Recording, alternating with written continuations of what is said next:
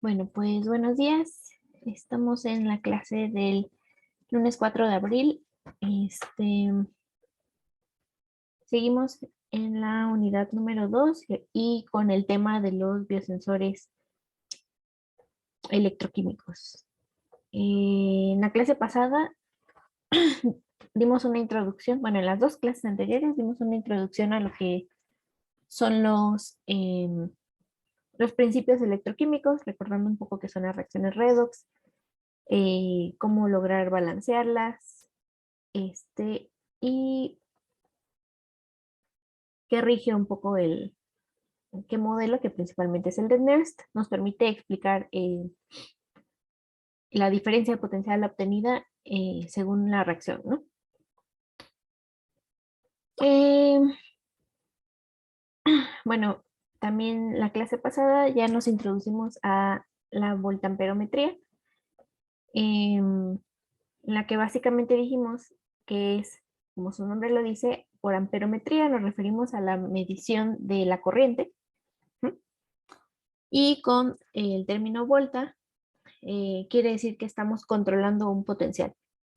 Habíamos explicado el caso más simple, que es el de el escalón de potencial, o sea, mantener un potencial constante durante un periodo de tiempo. Y habíamos dicho que en condiciones estables, o sea, donde la solución no está en agitación, la corriente va a tener un perfil de este tipo, que depende de T a la menos un medio. Entonces, hoy vamos a intentar, va a ser un poco rápida la clase, porque vamos un poco atrasados, pero vamos a ver los métodos potenciométricos y los métodos de impedimétricos. Entonces, comenzamos con los potenciométricos y retomamos pues la ecuación de Nernst, ¿no? Entonces, aquí está una foto de Nernst para que lo ubiquen. Y recordamos que esta ecuación que se deriva de la ecuación de la energía termodinámica, ¿no? De la energía libre de Gibbs y de su relación con Q, el coeficiente de actividades de una reacción electroquímica o química en general. Entonces, vamos a derivar la ecuación que nos va a permitir aquí en este caso específico eh, monitorear la concentración de los iones H+, o es decir, medir el pH, ¿no? Eh, aquí porque se imaginan que solo tengo una especie, si la ecuación aquí escrita en la ecuación, ¿no? Si en este caso en la ecuación de Nernst me dice que tiene que ser la especie oxidada entre la especie reducida.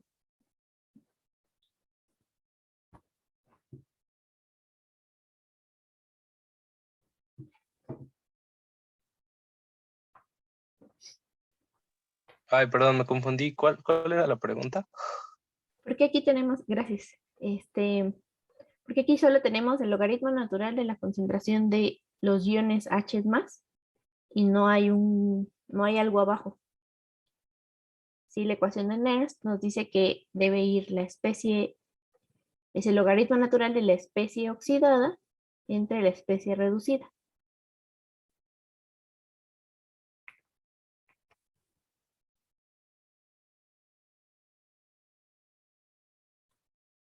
Entonces, para eso, me dicen si pueden ver aquí el Jamboard.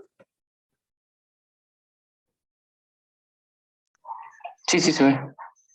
Gracias. Bueno, entonces para eso tenemos que recordar cuál es la especie reducida, en este caso, del par de la reducción de los iones H+, ¿no? Entonces, en este caso, H+, bueno, está muy simplificado, pero pasa a ser el gas hidrógeno, ¿no? Entonces, de la misma forma, como les decía en la clase anterior, donde veíamos aquí, que los sólidos no se escriben bueno, más bien, la concentración de los sólidos se toma como 1, entonces se eliminan de la ecuación, ¿no? Es el mismo caso con los gases, ¿ok? Entonces, en principio escribiríamos el logaritmo natural de la concentración de los iones hidronio entre la concentración de el gas hidrógeno, pero esto se toma como 1 porque pues no es algo que esté realmente en disolución acuosa, ¿no? Entonces, por eso finalmente nada más nos quedamos con esta parte. Ok. Entonces, ¿cómo está compuesto un electrodo potenciométrico de medición de pH? No sé si alguien alguna vez ha tenido la oportunidad de manejar uno.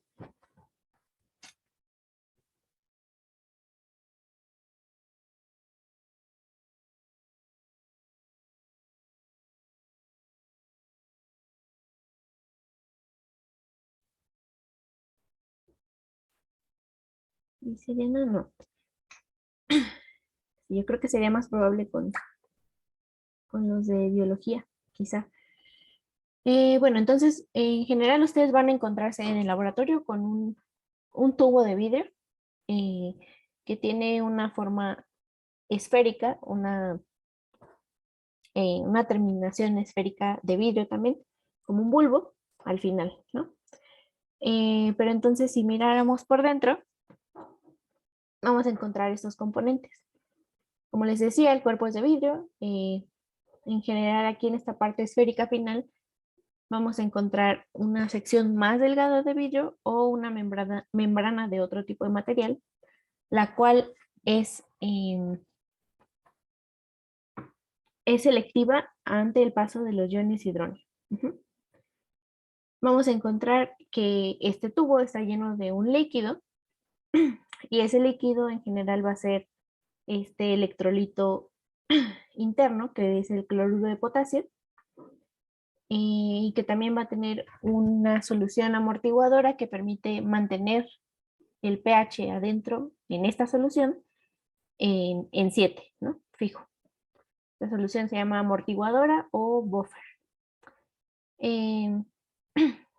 Posteriormente, en otra sección, vamos a tener también un alambre en el que se van a ver depositadas unos cristalitos. Entonces, ese va a ser un alambre de plata y los cristales son esta sal, cloruro de plata, que en general tiene muy poca solubilidad en agua. Entonces, por eso se va a encontrar no disuelta, sino más bien adherida al electrodo, ¿no? Y este electrodo también va a estar inmerso en una solución que es la misma, la de cloruro de potasio con pH 7. Y bueno, este alambre pues va conectado hasta arriba a una terminal en donde finalmente se puede hacer una conexión normal, ¿no? Con un alambre o un cable cualquiera, ¿no? Y bueno, en general vamos a tener también un orificio de llenado que mientras se hace se hacen las mediciones debe de estar tapado, ¿no? Pero pues, ¿llenado de qué? Pues del electrolito de referencia, el cloruro de potasio. Entonces, creo que Entonces aquí les dejo este video para que ustedes lo revisen de forma síncrona y en donde les van a explicar exactamente cómo funciona este elemento, ¿no? Pero aquí con lo que quiero que se queden, pues es la idea de que esta membrana, entonces va a estar, nos va a permitir comparar o va a generar una diferencia de potencial debido a la diferencia de iones H+ acumulados de un lado o del otro lado de la membrana.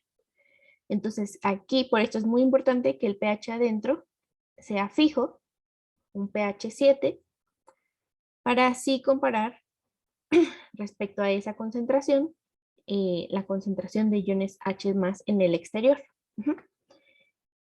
Y bueno, entonces aquí el elemento de referencia, ¿para qué sirve? igualmente que en el caso anterior que veíamos los métodos voltamperométricos, teníamos esta configuración. Aquí nos va a servir justamente para como un estándar del potencial, ¿no? Entonces, este electrodo, que consiste del alambre, la sal y la solución en la que está inmerso, debido a la química que presenta, va a mantener un potencial estable. Entonces, para ello mencionamos aquí cuáles son algunos de los más populares electrodos de referencia que van a tener este par oxidado y reducido. Es una semicelda y debido a la presencia de estos dos pares, entonces es que se mantiene el potencial a un valor estable. Ahorita vamos a ver por qué. Entonces, el que les vengo mencionando de antes es este, ¿no? El de plata, cloruro de plata, donde el par redox es, bueno, aquí es AgCl, la, perdón, la plata sólida, metálica, que sería la versión reducida. Aquí, ¿cuál es el número de oxidación de la plata sólida? Según las reglas que vimos. 0. Justamente. Y por otro lado vamos a tener la sal, cloruro de plata. Y aquí la especie oxidada, pues es, respecto a esta, pues es el ion de plata, ¿no? Que aunque como les decía, es una sal insoluble, de todos modos, pues tiene una estructura de enlace iónico, ¿no? Entonces aquí es plata más 1 y cloruro, cloro menos 1. Entonces, ¿cómo esto mantiene un potencial estable? Es a través justamente de esta solución de cloruro de plata.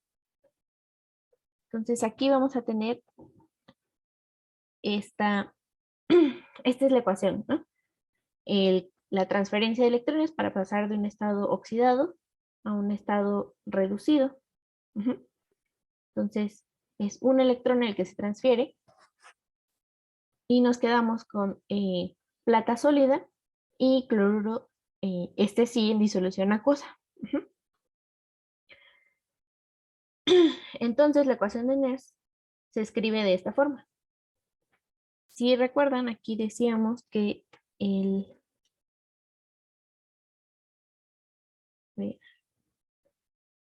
entonces teníamos la ecuación de Nernst, nos dice que es igual al potencial estándar menos RT entre NF por el logaritmo, bueno, aquí lo escribí como log, pero es logaritmo natural de la concentración de los productos entre los reactivos. En realidad, esta es la ecuación así correcta. Y esa parte de la especie oxidada entre la especie reducida, pues es porque generalmente se va a escribir la ecuación de reducción.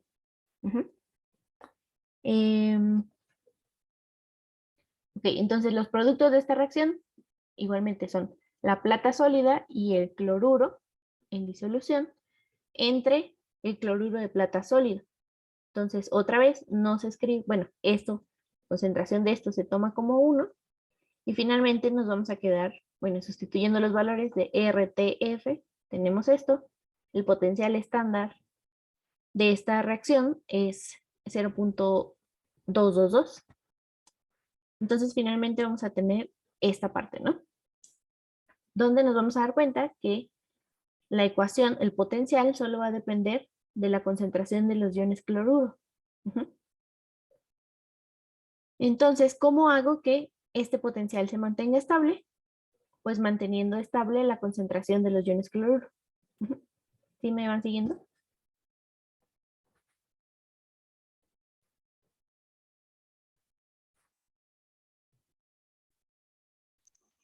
Sí. Gracias. Entonces, ¿cómo mantenemos estable una concentración de iones cloruro? Es a través de hacer una solución saturada. Entonces, ¿qué va a pasar con la solución saturada? Vamos a ver. Que significa que por más que yo le agregue sal de alguna forma, o sea, por más que esté ocurriendo esta reacción, en donde se está reduciendo esta especie y generando más iones cloruro, ya no van a caber más iones cloruro en la solución, porque ya estaba previamente saturada. Entonces, mientras se van generando nuevos iones, estos se van a ir precipitando junto con los iones de potasio, que van a estar también disponibles ahí en la solución. Entonces, es por ello que una solución saturada nos va a permitir mantener una concentración de cloruros estable y por lo tanto un potencial estable. Entonces, bueno, esta idea pues se aplica igual a los otros dos tipos populares de electrodos de referencia, que es el de Calomel. Está basado en el par redox mercurio, que en condiciones estándares está en fase líquida, y la especie oxidada, que es el mercurio carga 1 más, que igualmente se encuentra como una sal no soluble de cloruro, ¿no? Entonces, cloruro de mercurio, análogamente como el cloruro de plata, es no soluble, pero otra vez aquí el mercurio sí tiene número de oxidación +1, ¿no? E igualmente tenemos una solución saturada de cloruro de potasio. Aquí eso es lo que les decía, ¿no? Entonces, como es una solución saturada, vamos a tener también algunos cristales de cloruro de potasio sedimentados, ¿no? Debido a la formación de nuevos iones de cloruro. El otro elemento que es contra el que van a encontrar muchas veces en la literatura referenciados los valores estándar y los potenciales estándar, es el electrodo de hidrógeno. Entonces, a este electrodo se le asigna que su potencial estándar es de 0. Recuerden, este era 0.222 y este es como 0.15, algo así. Entonces, al de hidrógeno se le asigna 0. Y contra este se comparan todos los demás, que es la tabla que veíamos aquí.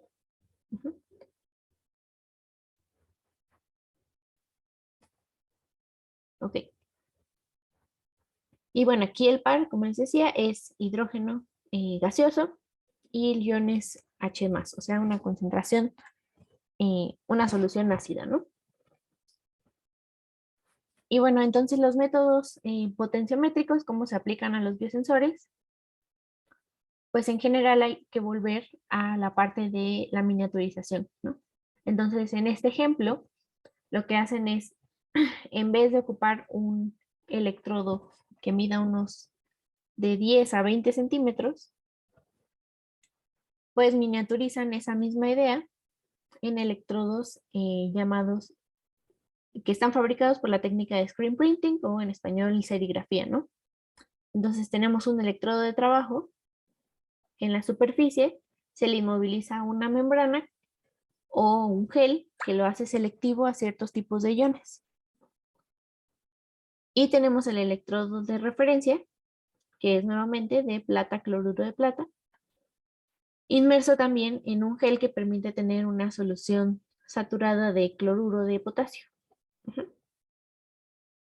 Entonces, en particular los métodos potenciométricos, pues se van a basar en medir o cuantificar esa diferencia de potencial generada por la acumulación de iones, ¿no? Entonces, tiene que haber un paso antes, ¿no? Para que sea un biosensor.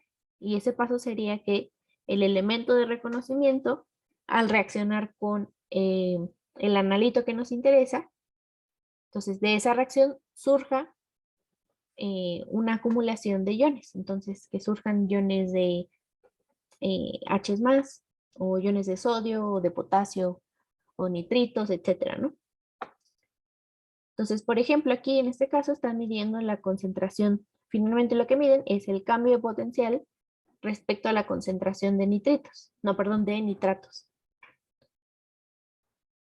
Y nuevamente pues está regido por la ecuación de Nernst, ¿no? Ok, entonces esto es como la idea general de los métodos potenciométricos. No sé si tengan alguna duda.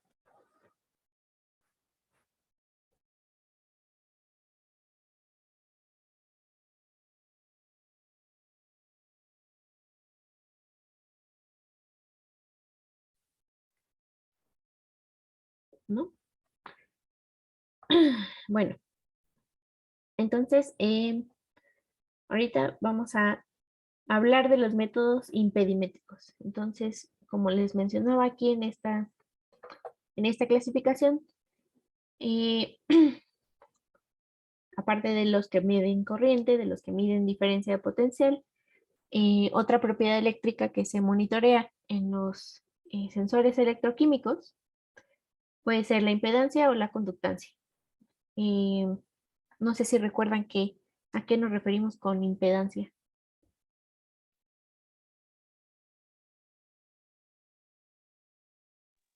Tenemos una pista. Sí, pues es como la diferencia que va a haber entre resistencias pasando de un medio al otro, ¿no? Como en esta interfase. O sea, porque si la impedancia es muy grande, en general tu señal va como a rebotar, ¿no? No va a pasar tan fácil. ¿Y cuál es la diferencia entre impedancia y resistencia?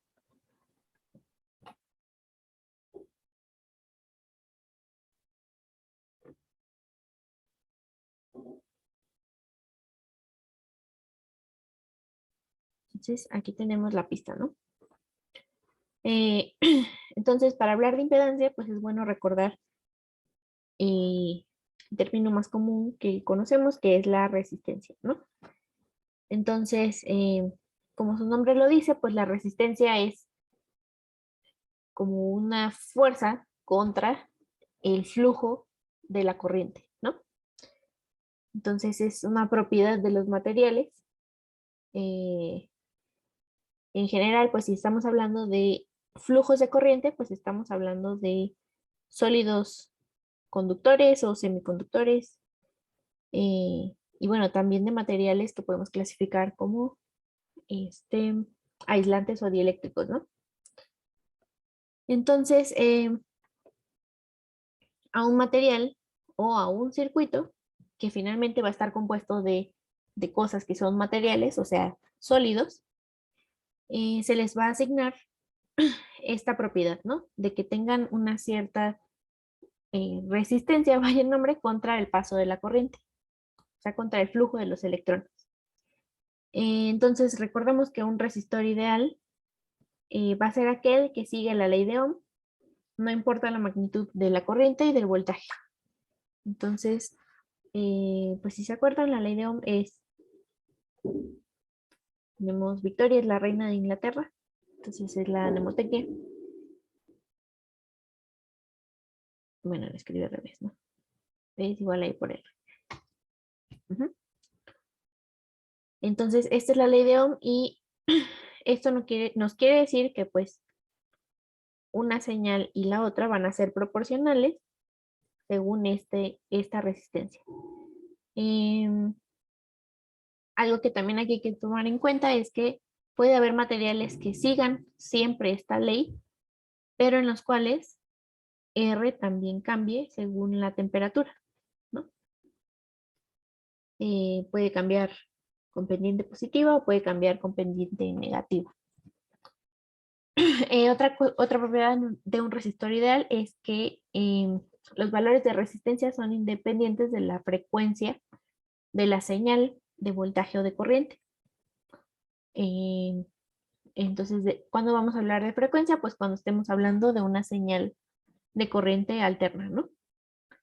Y entonces esto va a implicar pues que las señales de corriente y de voltaje estén en fase entre sí. ¿Sí más o menos recuerdan esto?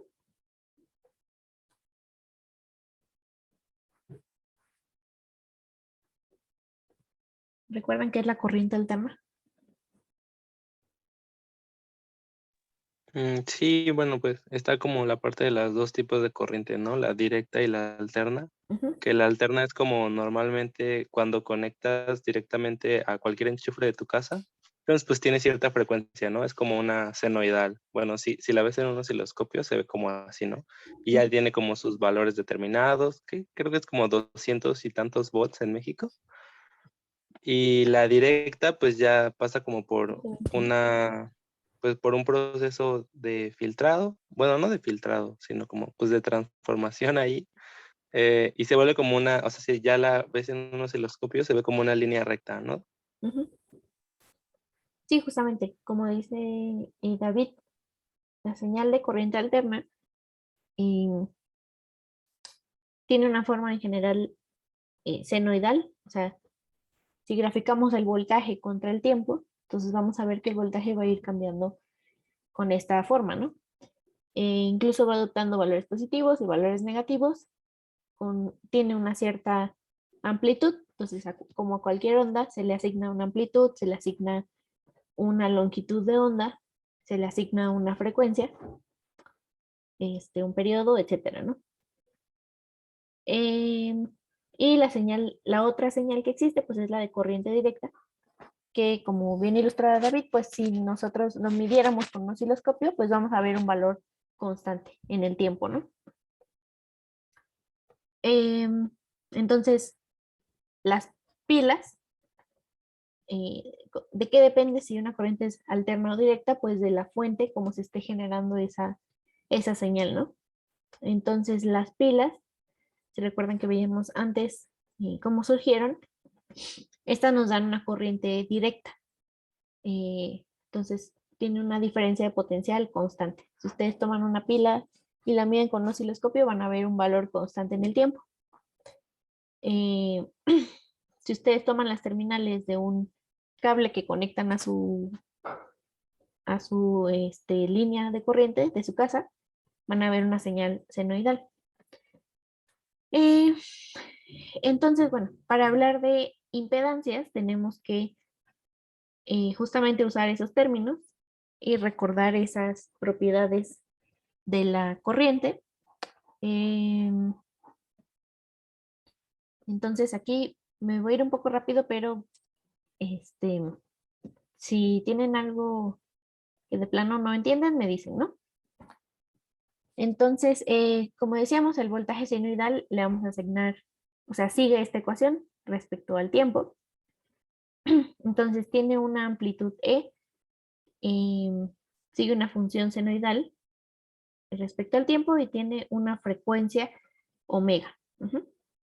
Em, Debido a esta propiedad, es conveniente representar al voltaje senoidal como un fasor. Esto, para que se lo imaginen, pues es como un vector. Ujú. Entonces, ¿qué significa? Pues que tiene una cierta magnitud, una cierta longitud. Em, y en particular el fasor, pues es un vector que está rotando, ¿no? Entonces va cambiando su ángulo respecto al tiempo. Entonces, como se está representando aquí, esta representación nos está tratando de decir lo mismo que la gráfica de la derecha, ¿no? Entonces, que el potencial E, su valor exacto en el tiempo va cambiando de esta forma. Em, pero la amplitud se mantiene, ¿no? Entonces, a un valor determinado de tiempo, el valor exacto de E, que podemos determinar aquí también, ubicándonos en la escala del tiempo, en esta gráfica va a ser la proyección del fasor respecto al eje cero. Ujú. Entonces, si recuerdan, pues la proyección es tal cual hacer la reflexión esta en este eje, ¿no? Por otro lado, como decíamos, también la corriente la podemos representar como una señal senoidal. Entonces, igualmente, y el valor de la corriente en un cierto tiempo va a ser igual a la amplitud I por el seno de omega t, que si ven es el mismo término que tenemos aquí, más una fase phi, ujú, donde phi es una cantidad negativa.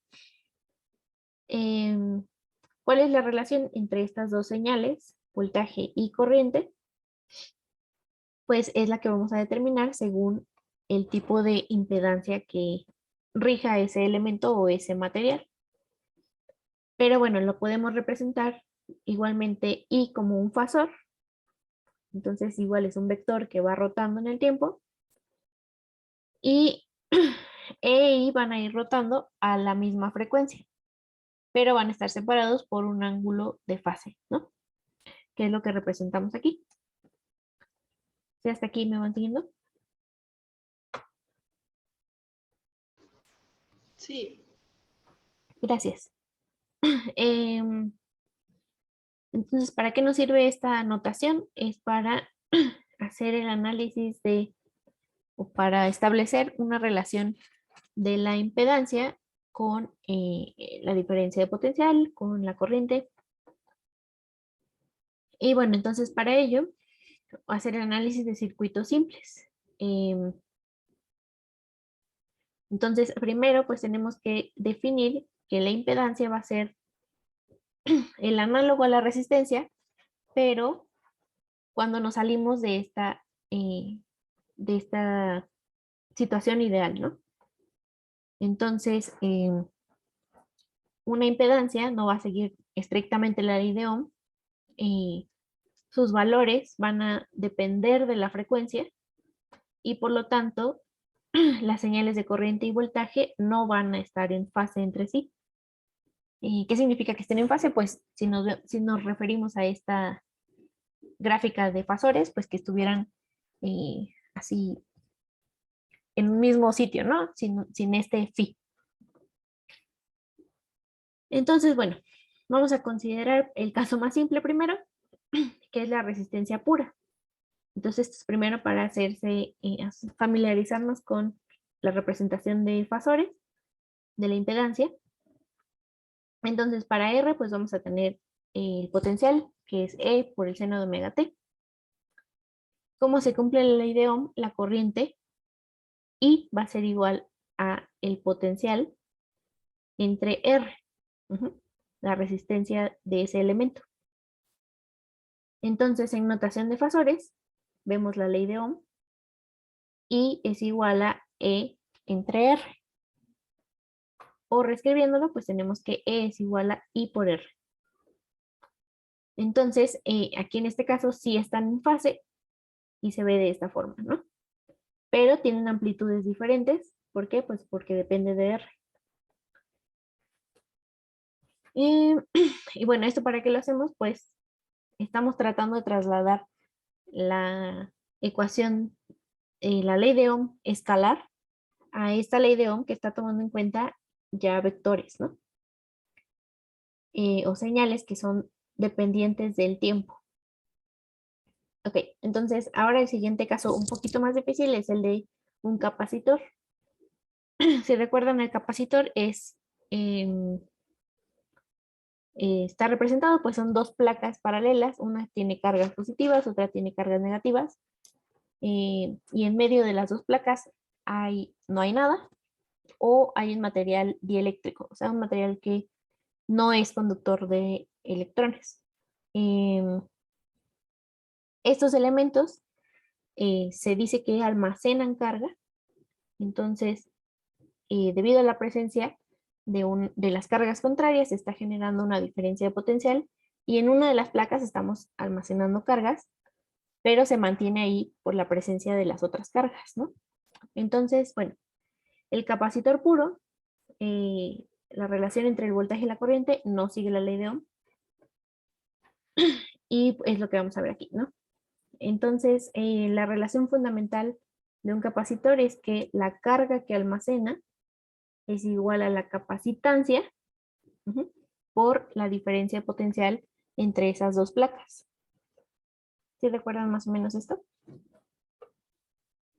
¿Sí lo vieron alguna vez? Sí. Va. Entonces, si hacemos la... Jimena, yo no. Pero vas siguiéndome más o menos. Sí, ahí voy. Igual voy a volver a ver la grabación por si las dudas. Sí, si no, te buscamos más recursos. Ok.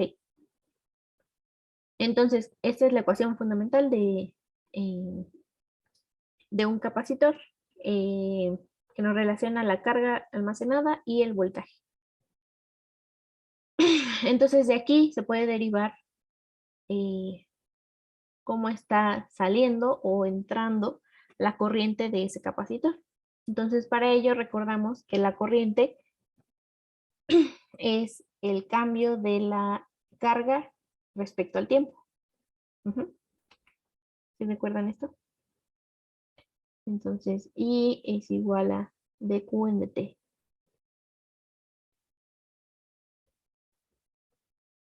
Entonces, si aplicamos eso a esta ecuación, C es un valor constante y entonces sale de esa diferencial y tenemos que la corriente es el cambio del potencial en el tiempo, respecto al tiempo, ¿no?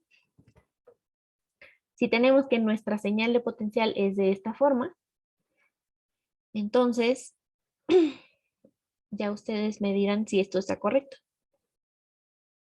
Si hacen la derivada de esto respecto al tiempo, ¿qué les da?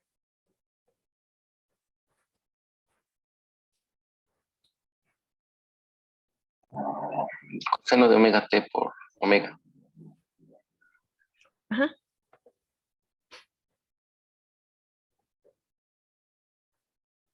Ajá, entonces omega por E por el seno de omega t, por el coseno, perdón. Pero como tenemos aquí C que salió de esta derivada, pues finalmente nos quedamos con esto, ¿no? Omega por C por E por el coseno de omega t. Entonces aquí aplicamos lo de definir variables. Entonces vamos a definir la reactancia capacitiva como, que se representa por esta X sub C, como 1 entre omega C. Entonces sustituyendo esta definición, en esta ecuación, finalmente nos quedamos con esto, ¿no? Entonces la corriente es igual a la amplitud de potencial, de la señal de potencial, entre la reactancia capacitiva por el seno, y bueno, aplicamos esta identidad trigonométrica, coseno de omega t es igual a seno de omega t más pi medios. Entonces finalmente nos quedamos con esto. ¿Y esto para qué nos sirve? Entonces ahora vemos que esta identidad pues nos va a servir para comparar cómo son la señal de voltaje y la señal de corriente, ¿no? Entonces si aquí nos remontamos a esta representación de fasores, a este phi, entonces aquí nos damos cuenta que phi en este caso es pi medios, ¿no? Tenemos aquí el potencial es E seno de omega t, y aquí es un término, por seno de omega t más pi medios. Entonces, el ángulo de fase, en este caso, del capacitor puro es pi medios. Y ahora esta ecuación, ¿cómo la transformamos a la notación de fasores? Es usando los números imaginarios. Entonces, para eso, nos remontamos otra vez a este gráfico y vemos que podemos determinar pues un eje X y un eje Y, ¿no? Entonces eso, lo más simple de representar así en una sola línea es a través de los números complejos, ¿no? Entonces si recuerdan en el plano complejo, definíamos que en plano cartesiano, pero de los números complejos, definíamos que el eje de las X era ¿cuál?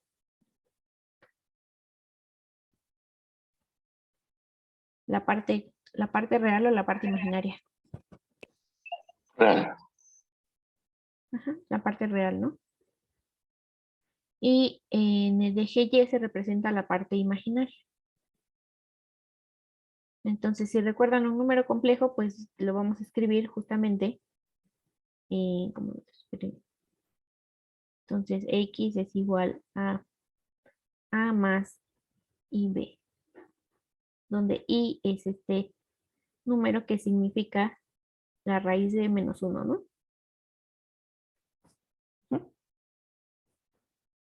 Entonces tenemos una parte real y una parte imaginaria. Y como representamos esto en un sistema coordenado, pues es, entonces supongamos que aquí está A y aquí está la magnitud de B. Entonces el número X pues va a tener esta representación también, ¿no?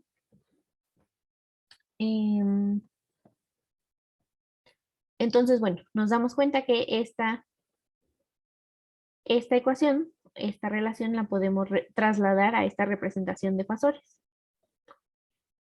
Entonces,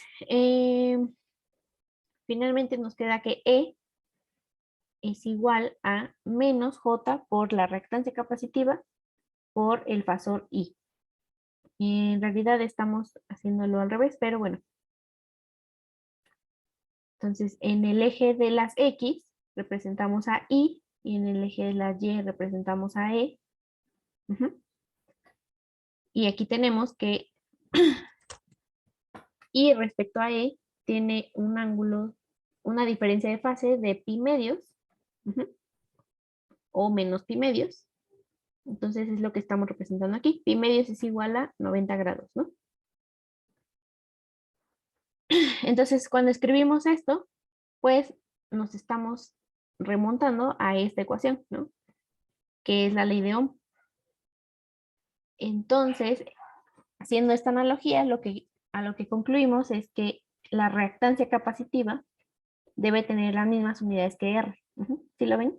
Porque J no tiene unidades, es el I que escribí en la otra ecuación, es el número imaginario. E tiene unidades de volts, I tiene unidades de amperes, entonces XC debe tener las mismas unidades que R de resistencia. Pero aquí, como nos dice, pues es función de la frecuencia, porque así lo definimos, ¿no? Entonces, la reactancia capacitiva es inversamente proporcional a la frecuencia. Esto quiere decir que mientras mayor frecuencia tenga la señal, más pequeña es la reactancia capacitiva y análogamente pueden pensar como que es más pequeña la resistencia al paso de la corriente. Entonces, siguiendo esa misma línea o ese mismo desarrollo, también se puede definir la reactancia inductiva, que sería la frecuencia por la inductancia de un inductor. Entonces, la inductancia, pues que es un inductor, pues tenemos un cable enrollado alrededor de un material magnético, ¿no? Como el hierro, por ejemplo. Entonces, si recuerdan la ley de Lenz, el movimiento de este elemento alrededor de este coil, entonces nos va a generar una diferencia de potencial y por lo tanto un flujo de corriente, ¿no? Entonces este elemento pues tampoco se comporta como un resistor ideal, no sigue la ley de Ohm y su resistencia, la resistencia al paso de la corriente por aquí, depende de la frecuencia. En este caso la relación es directamente proporcional, al contrario del capacitor, ¿no? Entonces aquí mientras aumenta la frecuencia, aumenta la reactancia y ustedes pueden estar pensando análogamente que aumenta la resistencia al paso de la corriente. Y bueno, esto es para un capacitor ideal, para un inductor ideal, pero ¿qué pasa cuando combinamos esos elementos? Entonces, vamos a ver aquí. Vamos a tener el primer elemento ya combinado, que es una resistencia y una capacitancia en serie. Entonces, ¿qué quiere decir que esté en serie? Pues que tenemos esta forma, ¿no? Entonces está el resistor y está el capacitor. Y aquí se les aplica una diferencia de potencial. ¿Qué es diferente esto de esto, no? Entonces esta es una batería o una señal de corriente alterna. Esta es la representación del resistor R y este es del capacitor. Entonces, en ese caso, ¿qué vamos a tener? Debido a que los elementos están en serie, pues aplica esta ley de Kirchhoff, ¿no? Entonces, el potencial total, la diferencia del potencial aquí, debe ser igual a la suma de la diferencia de potencial o la caída de potencial entre cada uno de esos elementos. Entonces, si yo mido aquí, debe ser igual a si yo sumo lo que mido aquí más lo que mido aquí. Entonces, sustituimos las ecuaciones que ya habíamos obtenido antes, que era que para R, el potencial es igual a la corriente por la resistencia, y para el capacitor el potencial es igual a esto, ¿no? Menos I o J, el número imaginario, por la reactancia capacitiva. Entonces lo sustituimos y agrupamos I, ¿no? Porque es común a estas dos. ¿Esto por qué? ¿Nada más porque yo lo dije o porque sigue alguna ley?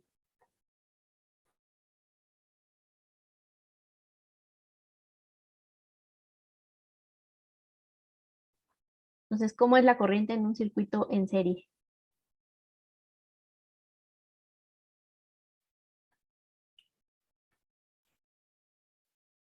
Pues igual en toda la malla, ¿no? Ajá. Entonces, I es igual aquí que en R que en C, ¿no? Entonces, es por eso que podemos agruparlo de esta forma. Entonces, a este término yo lo puedo definir como una variable Z a la cual le voy a llamar impedancia. ¿Por qué? Bueno, porque estos valores son constantes. Entonces, R es una constante, XC es una constante, y pues yo defino otra constante. Y en la notación de fasores, pues tenemos esta, la notación en la representación, tenemos esta idea, ¿no? Donde la diferencia entre la señal de potencial total, perdón, la señal de potencial del capacitor y la señal de potencial del resistor tiene una diferencia de fase phi. Entonces, por otro lado, Z, ¿de qué tiene forma? Entonces, este es una constante, este es una constante y este es el número complejo, ¿no? Menos I. Entonces, Z es un número complejo. Por lo tanto, también lo puedo representar en el plano complejo, ¿no? Donde R pues va a estar en el eje de los reales y XC va a ser en el eje de los imaginarios. Finalmente, pues llego a que Z se puede definir como una impedancia. Y en general ustedes, bueno, quizá vayan a encontrar esta definición, pero deben tomar en cuenta que esta solo aplica para este caso en el que los elementos están en serie, donde tengo R y C en serie. Si tuviera R y L en serie, o sea, un resistor y un inductor en serie, ¿qué tendría? ¿Cuál sería la ecuación?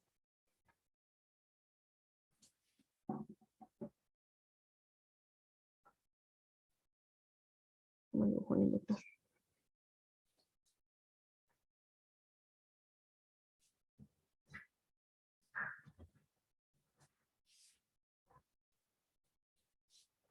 Entonces, recuerdo esto, ¿no?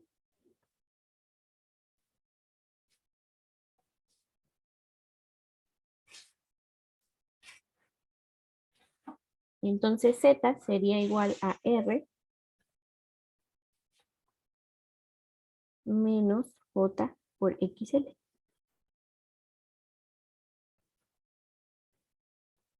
Entonces, aquí es muy importante que, bueno, todo esto para qué nos sirve en el método electroquímico. Esto lo vamos a ver, yo creo que ya en la próxima clase. Entonces, la idea es que para un sistema electroquímico, o sea, que está basado en una celda electroquímica, como la típica que veíamos aquí, esta.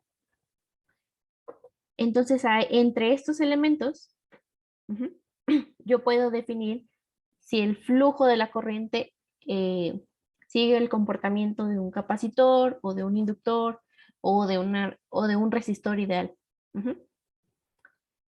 Y aquí puedo definir si los elementos están en serie o están en paralelo. Entonces yo puedo armar a partir de el comportamiento físico real de esto, puedo armar un circuito equivalente. Entonces, para ese circuito equivalente en específico, yo puedo definir una impedancia.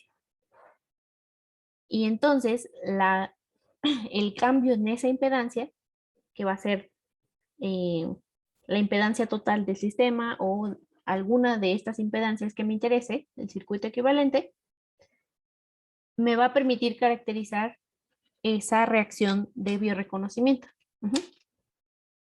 Entonces, en general, lo que vamos a ver la próxima clase es que esta superficie del electrodo de trabajo, que es donde ocurre la reacción electroquímica, la podemos representar como este elemento, la diferencia entre el electrodo de trabajo y la solución del electrolito es como un capacitor, ¿no? Porque tengo aquí cargas acumuladas que no pueden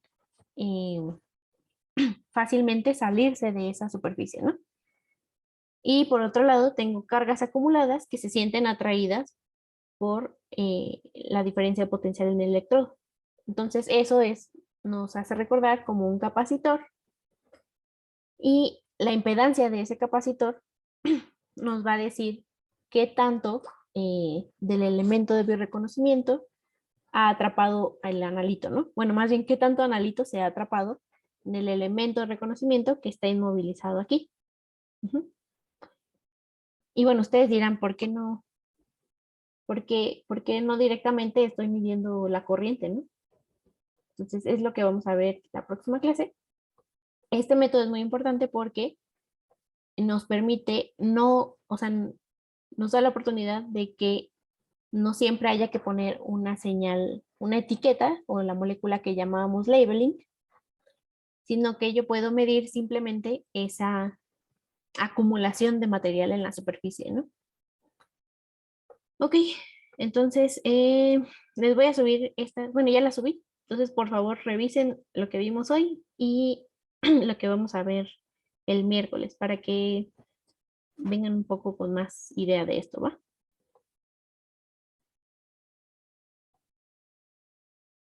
¿Tienen alguna duda ahora?